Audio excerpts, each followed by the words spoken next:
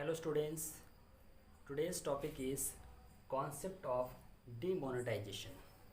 आज हम लोग समझेंगे कि demonetization क्या होता है।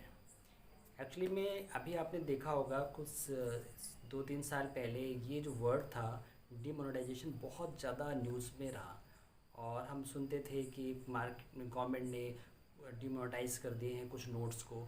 तो उस न्यूज़ को हम बहुत ज़्यादा हम देखें तो कुछ लोगों के समझ में नहीं आया कि एक्चुअली में हुआ क्या है। तो आज हम इस कॉन्सेप्ट को समझेंगे अच्छे से और इसका मीनिंग समझेंगे और इसका एम क्या था, इसके फीचर्स क्या थे, इससे क्या क्या फ़ायदे हुए, क्या नुकसान हुए, ये सारी बातें हम समझेंगे। चलिए हम देखते हैं सबसे पहले कि what is the meaning of demonetization. Concept क्या है इसका। द कॉन्सेप्ट ऑफ डीमोनेटाइजेशन मतलब new currency replace old currency. जब न्यू करेंसी ओल्ड करेंसी को रिप्लेस कर देती है, मतलब किसी भी कंट्री में जो भी करेंसी पहले से मार्केट में सर्कुलेट है उसको हटाकर या उसको रिप्लेस करके हुए जब नई करेंसी को मार्केट में लाया जाता है तो इसको बोलते हैं डीमोनेटाइजेशन। दूसरा हम कह सकते हैं demonetize notes are not legal currency. फिर क्या करते हैं कि मार्केट में कुछ जो नोट्स होते हैं, जो करेंसी होती है, उनमें से जिन नोटों को गवर्नमेंट मार्केट से बाहर निकाल लेती है या उसको इलीगल कर देती है कि अब इन करेंसी में किसी भी तरह का कोई भी ट्रांजैक्शन लीगलाइज नहीं माना जाएगा, इसको भी हम बोलते हैं डीमोनेटाइजेशन।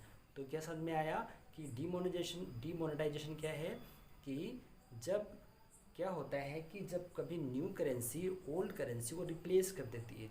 मतलब कहने का मतलब है कि जो पहले से करेंसी मार्केट में है जिसमें ट्रांजैक्शंस हो रहे हैं, लोग परचेजिंग कर रहे हैं, सेलिंग कर रहे हैं, जो गुड्स के बदले में जो एक्सचेंज की जा रही है करेंसी, वो पूरी तरीके से जब वो उसको हटाकर न्यू करेंसी को मार्केट में सर्कुलेट कर दिया जाता है तो इसको हम डीमोनेटाइजेशन बोलते हैं।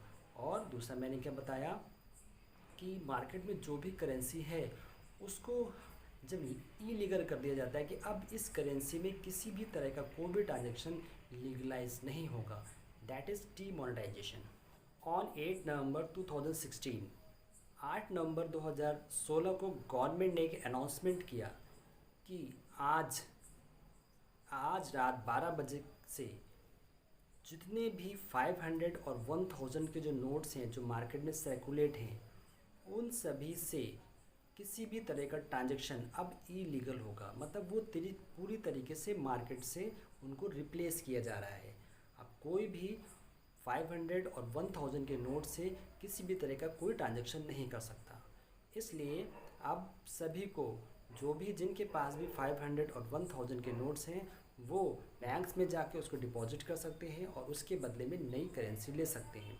लेकिन फिर भी गवर्नमेंट थोड़ा सा रिलैक्सेशन ये दिया कि किसी भी तरह का जो यूटिलिटी बिल्स होते हैं, मतलब एक तरह से ये कह दिया गया कि जैसे कि हॉस्पिटल्स में अगर किसी तरह का कोई पेमेंट करना है उनके लिए थोड़ा सा रिलैक्सेशन कर दिया कि वो वहाँ पे अभी भी उस जो 500 या 1000 के नोट्स में कोई ना कोई जो हॉस्पिटल्स के बिल्स होते हैं उनको पे कर सकते हैं।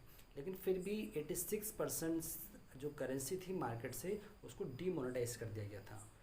उसके साथ गवर्नमेंट ने एक थोड़ा सा रिलैक्सेशन ये दिया कि उन्होंने कहा कि दिसंबर 30 मतलब 30 दिसंबर 2016 तक जितने भी 500 और 1000 के जो करेंसी लोगों के पास है वो बैंक में आके उसको डिपॉजिट कर सकते हैं और उसके बदले में वो न्यू करेंसी ले सकते हैं। और उसके साथ साथ गवर्नमेंट ने ये भी किया कि थोड़ा जो विड्रॉ था, मतलब लोगों का जो विड्रॉ करना बैंक से, उसको भी थोड़ा सा उन्होंने कंट्रोल कर दिया। क्योंकि आप उस समय जिस समय ये अनाउंसमेंट हुआ था उसके बाद से क्या हुआ, गवर्नमेंट ने क्या करा कि जो एटीएम से हम सिर्फ 2500 रुपीज़ ही विड्रॉ कर सकते थे और बैंक से हम 4000 से ज़्यादा की लिमिट नहीं थी निकालने की। तो ये एक अनाउंसमेंट किया गया था कब, ऑन 8 नवंबर 2016। चलिए हम पढ़ते हैं ऑब्जेक्टिव ऑफ डीमोनेटाइजेशन। अब हम देखेंगे कि जो डीमोनेटाइजेशन था उसका जो मेन ऑब्जेक्टिव क्या था, गवर्नमेंट ने नोट्स को डीमोनेटाइज क्यों किया, उसके पीछे क्या रीजंस थे। तो उसको समझने के लिए हमें कुछ ऑब्जेक्टिव्स थे वो समझना होगा और हम उसके बाद ये पूरी तरह से क्लियर हो जाएंगे कि डीमोनेटाइजेशन के पीछे गवर्नमेंट्स का क्या ऑब्जेक्टिव था। देखिए सबसे पहले क्या है, to curb corruption. Corruption corruption word से आप सभी लोग अवेयर होंगे कि करप्शन का मतलब क्या है। करप्शन का मतलब क्या हुआ कि बहुत जो गवर्नमेंट्स के डिपार्टमेंट्स हैं वहाँ मोस्टली क्या होता है, हम किसी भी तरह का कोई भी काम कराने के लिए जब हम पैसा देते हैं कि हमें लगता है कि हमारा काम नहीं हो रहा है, तो हम वहाँ पे जो पैसा देते हैं और बिना पैसे के हमारा कोई काम नहीं होता है, तो वो एक तरह से देखा जाए करप्शन है। और ये बहुत ज़्यादा बढ़ गया था। और बढ़ने की वजह क्या थी कि जो भी करेंसी थी, जो बड़ी करेंसी थी, 500 के 1000 के नोट्स थे, ये बहुत ज़्यादा ब्राइब में और मनी लॉन्ड्रिंग में बहुत यूज़ होने लगे थे। और इसका किसी तरह का गवर्नमेंट पे तो कंट्रोल नहीं हो पा रहा था, गवर्नमेंट इसको रोक नहीं पा रही थी। तो डीमोनेटाइजेशन ही एक बहुत अच्छा एक ज़रिया था कि हम इस करप्शन को आसानी से रोक सकते हैं। क्योंकि जब हम जो मार्केट में जो नोट मार्केट में सर्कुलेट हैं 500 के 1000 के, उनको अगर मार्केट रिप्लेस कर दे या उनको डीमोनेटाइज कर दे, तो ये ब्राइबिंग पे और मनी लॉन्ड्रिंग पे आसानी से रोक लगाई जा सकती है। उसके बाद जो दूसरा ऑब्जेक्टिव क्या था, टू कंट्रोल काउंटरफिटिंग। फिर उसके बाद एक बहुत बड़ी प्रॉब्लम जो हमारे कंट्री में थी वो क्या थी, फेक करेंसी की। फेक करेंसी से मतलब क्या हुआ कि जो हमारे कंट्री में जो नोट्स थे 500 के 1000 के, उसी के पैरेलल ही कुछ ऐसे नोट्स भी आ गए थे जो फेक थे, मतलब वो जाली नोट्स थे। देखने में वो बिल्कुल वैसे ही लगते थे जैसे लगता था कि हम एक जनरल पब्लिक की बात करें तो वो आसानी से उसको पहचान नहीं सकते थे कि कौन सा नोट असली है और कौन सा नकली। तो मार्केट में बहुत सारी फेक करेंसी भी आ गई थी। और फेक करेंसी कहाँ से आई, एक तो हमारे इंडिया में भी कुछ इस तरह के लोग थे जो जो इंडिया की इकोनॉमी को डिस्टर्ब करना चाहते थे और उसको डिस्ट्रॉय करना चाहते थे। और कुछ बाहर से भी लोग थे जो हमारे आसपास के नेबर कंट्रीज़ हैं, वहाँ से भी बहुत सी फेक करेंसी हमारे इंडिया में आ गई थी जो कि इलीगल पर्पस में उसका यूज़ किया जा रहा था। तो इस को भी रोकने के लिए गवर्नमेंट ने जो भी नोट्स थे मार्केट में, जो रियल नोट्स थे, उनको डीमोनेटाइज कर दिया। तो उसके साथ साथ ये फेक करेंसी भी अपने आप पूरी तरीके से ख़त्म हो गई। उसके बाद क्या था, to stop use of currency for legal activities. एक ये भी एक ऑब्जेक्टिव था गवर्नमेंट का कि वो जो नोट्स को डीमोनेटाइज उसने कर दिया, क्योंकि जो इंडियन करेंसी थी वो बहुत ज़्यादा इलीगल एक्टिविटीज़ में यूज होने लगी थी।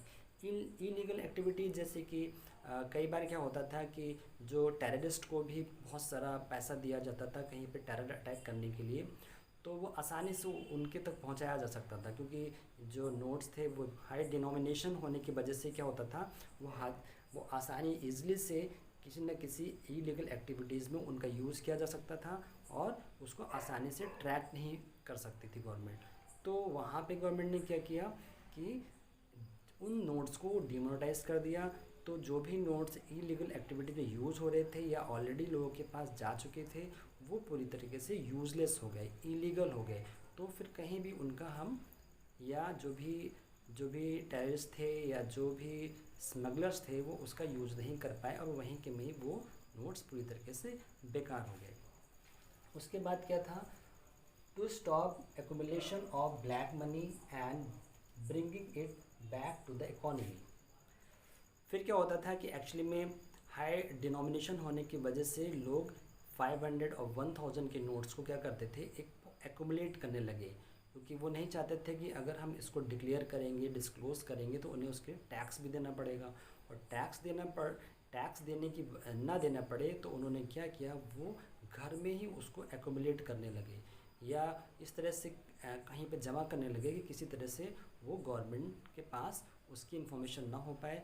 और इसी वजह से क्या हुआ कि वो जो लोग एक तरह से उसको टैक्स से बचाने के लिए बहुत ज़्यादा ही लोगों ने घर में उसको एक्यूमुलेट करना शुरू कर दिया। और फिर गवर्नमेंट ने ये डिमोनेटाइज करने से क्या हुआ कि लोगों का जितना भी करेंसी घरों में जमा थी वो लोगों ने फिर क्या करा कि उसको उसके बदले में न्यू करेंसी लेने के लिए उसको बैंकों में जमा करना शुरू किया। तो उससे क्या हुआ, बैंक्स में वो पैसा आया और उसका जो फ़ायदा, जो डिपॉजिट्स बढ़े, उसका जो फ़ायदा फिर इंडियन इकोनॉमी को भी मिलना शुरू हो गया।